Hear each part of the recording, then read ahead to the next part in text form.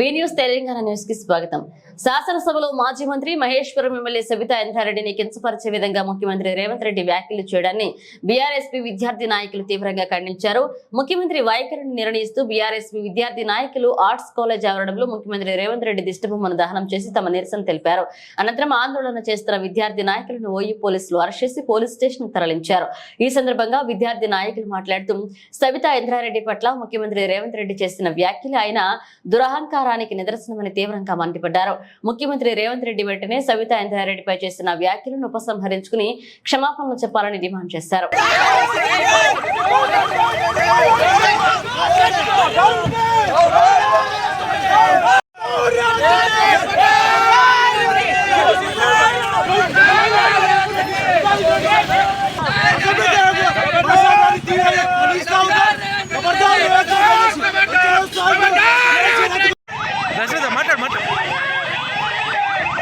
సభ మర్యాద లేకుండా ఈరోజు పద్ధతులు పాటించకుండా మహిళా నాయకురాలు 5 సార్లు ఎమ్మెల్యేగా ఓటు మెరుగైన నాయకురాలుగా ఉన్నటువంటి మహిళా సభ్యులను చూడకుండా ఈరోజు సభ గౌరవం మెరుగాలు తెచ్చుకోవాలి.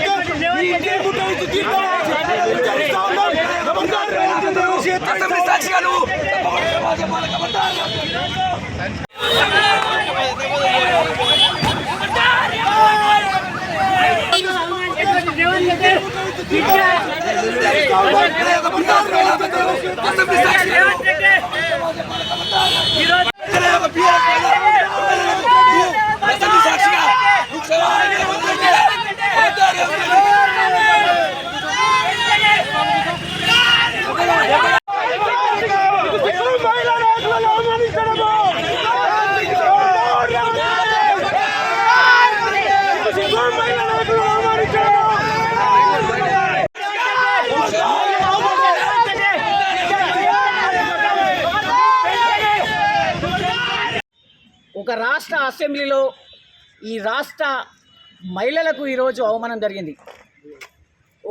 ఒక రాష్ట్రానికి ఒక ఇంటికి ఓ మహిళ ఎంత శ్రీరామ రక్షనో ఒక రాష్ట్రంలో ఒక మహిళ ఎమ్మెల్యే ఇట్లా ఒక రాష్ట్రానికి శ్రీరామ రక్ష.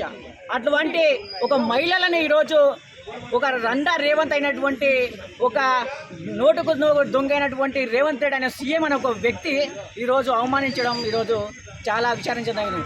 ఈరోజు ఉస్మానియా యూనివర్సిటీ విద్యార్థుల తరఫున ఈరోజు టీఆర్ఎస్ విద్యార్థుల తరఫున ఈరోజు ఒకటే డిమాండ్ చేస్తున్నాం. బిడ్డ రేవంత్ రెడ్డి, నువ్వు తక్షణమే మహిళా ఎమ్మెల్యేలకు ఈ రాష్ట్ర ప్రజలకు నువ్వు వెంటనే క్షమాపణ చెప్పాలి. లేని పక్షంలో బిడ్డ ఇక్కడ ఈ తెలంగాణ రాష్ట్రంలో ఎక్కడున్న సీఎంనైనా కానీ అదేవిధంగా ఆయన తొట్టు అయినటువంటి బట్టి విక్రమార్కైనా కానీ వాళ్ళ మంత్రులైనా కానీ ఎమ్మెల్యేలైనా కానీ ఎక్కడెక్కడ అడ్డుకుంటాం. మరి ఈరోజు విద్యార్థి పక్షాన్ని డిమాండ్ చేస్తాం. బిడ్డ ఏమనుకుంటున్నావు రేవంత్ రెడ్డి? ఈరోజు నువ్వు పైసలకు పీసీసీ పదవి కొనుక్కొని ఈరోజు పైసలు ఇచ్చి ఈరోజు ఢిల్లీ వ్యక్తులకు పైసలు ఇచ్చి ఈరోజు ముఖ్యమంత్రి అయినావు. నువ్వా చెప్పేది? ఈరోజు ఒక రాష్ట్రానికి ఒక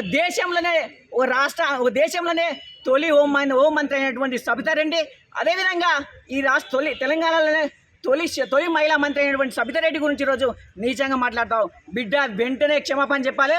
లేని పక్షంలో నేను ఎక్కడెక్కడ అడ్డుకుంటామని ఈరోజు టీఆర్ఎస్ విద్యార్థులు డిమాండ్ చేస్తాను.